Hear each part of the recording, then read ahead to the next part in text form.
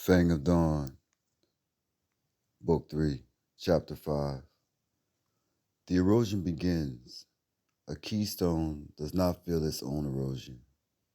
The arch does not complain of the weather. Yet, the first grains of sand begin to trickle from the mortar. It was a boar, a grizzly lone patriarch from the oak thickets, tusks like corrupted ivory, a routine subtraction, or so it should have been. The ambush was perfect. The charge, a seismic release of force. But the boar, in its final convulsive twist, did not merely die. It lashed out with a skull of granite and gristle. A tusk, snapping, became a biological dagger. It scored a deep, burning line along the king's foreleg. Not a mortal wound, but a ledger entry. First, significant depreciation of capital. The wound healed, but it left a cable of stiff scar tissue, a minuscule reduction in spring, a fractional increase in the energy costs of the pounce. The valley's equations were mercilessly precise. A deer he would have caught 2 years ago now escaped, its white flag tail flickering into the brush, just beyond the reach of its closing jaws. He required more attempts for the same yield. The system noted the inefficiency. Other data points accumulated. A young, ambitious cougar, a sleek, spotted male he would have treed and torn apart in his prime, now shadowed him for 2 days, just beyond the edge of consequence. It was a diagnostic. The cougar was probing the resolution of his authority, testing the strength of the gravitational field. The king drove it off with a coughing roar that rattled in his own chest. But the cougar did not flee in terror. It melted away with a look that was not fear, but calculation. The field is weakening. The ice voice multiplied. Their smoke plumes were no longer single, distant threads, but a faint, hazy smudge on the eastern horizon. Their scent now contaminated streams where they fished, and their strange, straight trails cut across game paths. Once he found one of their thrown teeth embedded in the ribs of a dying elk cow, a kill they had not been able to claim.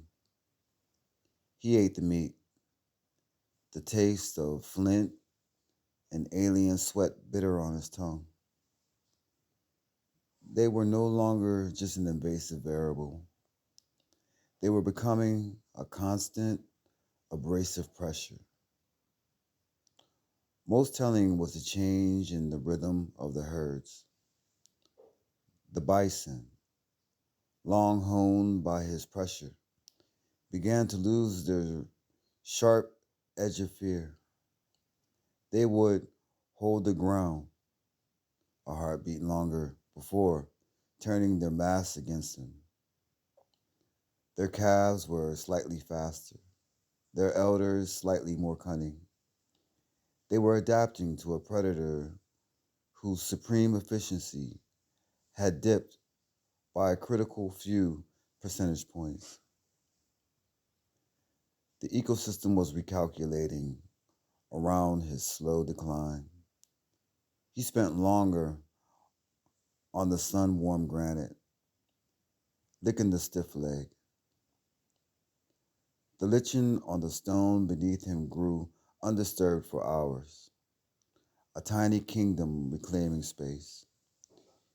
He dreamed not of the ancestor dream of vast prides and stranger prey, but of simple, fluid motion, of the feeling of the leg that did not pull, or a pounce that did not fall a a hair's length short.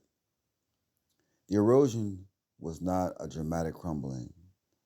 It was a silent, atomic wear. Each stiff morning, each escaped kill, each bold glance from a lesser predator was a molecule of the keystone flaking away. The arch still stood. The red forest was still his. But the first hairline fractures had appeared in the granite of his ring, and the immense weight of the world had begun to press into them. Chapter 6. The Cold War, the Cold War turns hot.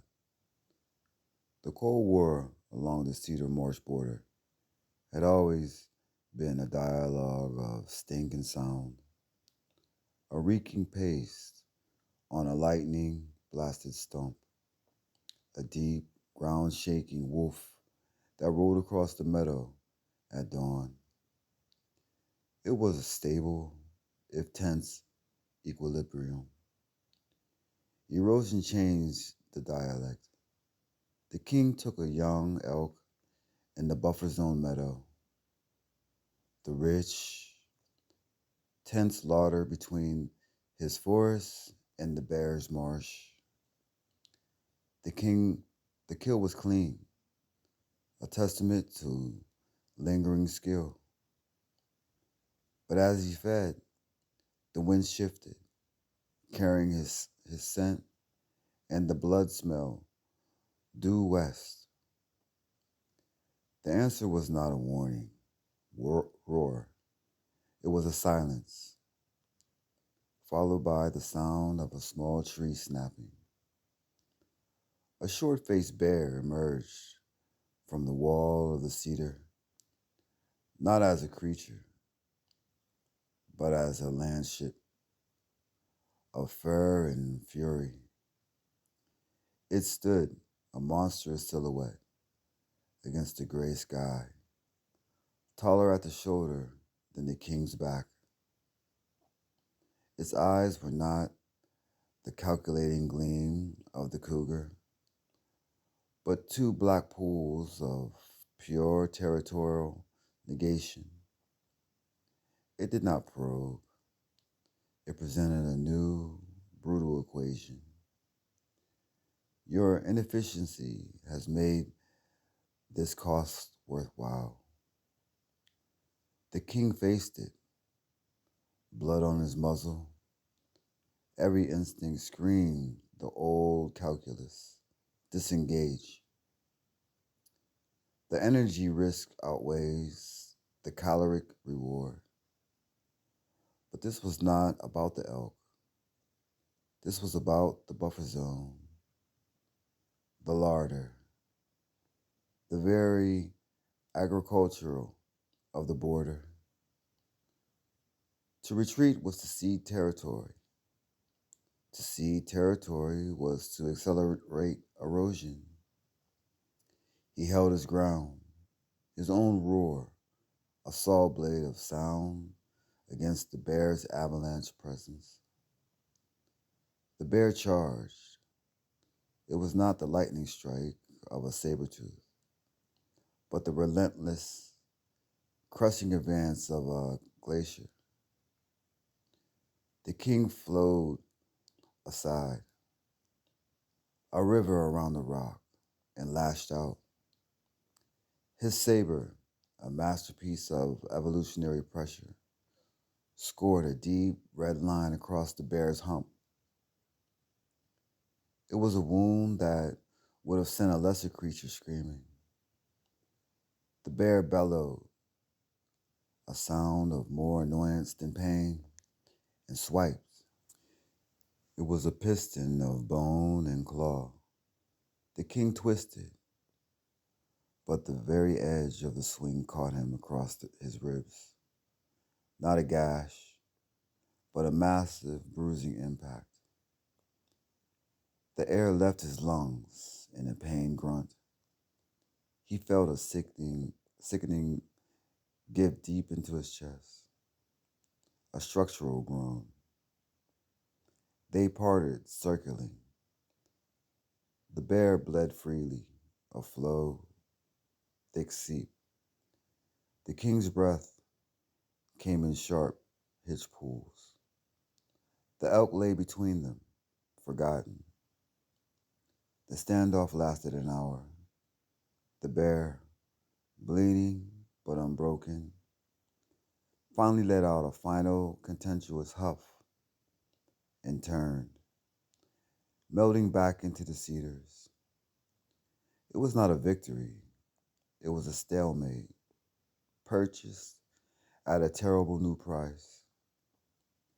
The king did not drag the elk away. He ate quickly, mechanically, while he could. Every swallow sent a throb through his battered ribs. When he left half the carcass. The message was clear. He returned to the red forest, his movements stiff, his breath shallow. That night, as he tried to curl on his granite bed, the pain was constant, bright signal. It was more than a wound. It was a downgrade, a reevaluation of his credit in the valley's ledger. The Cold War was over.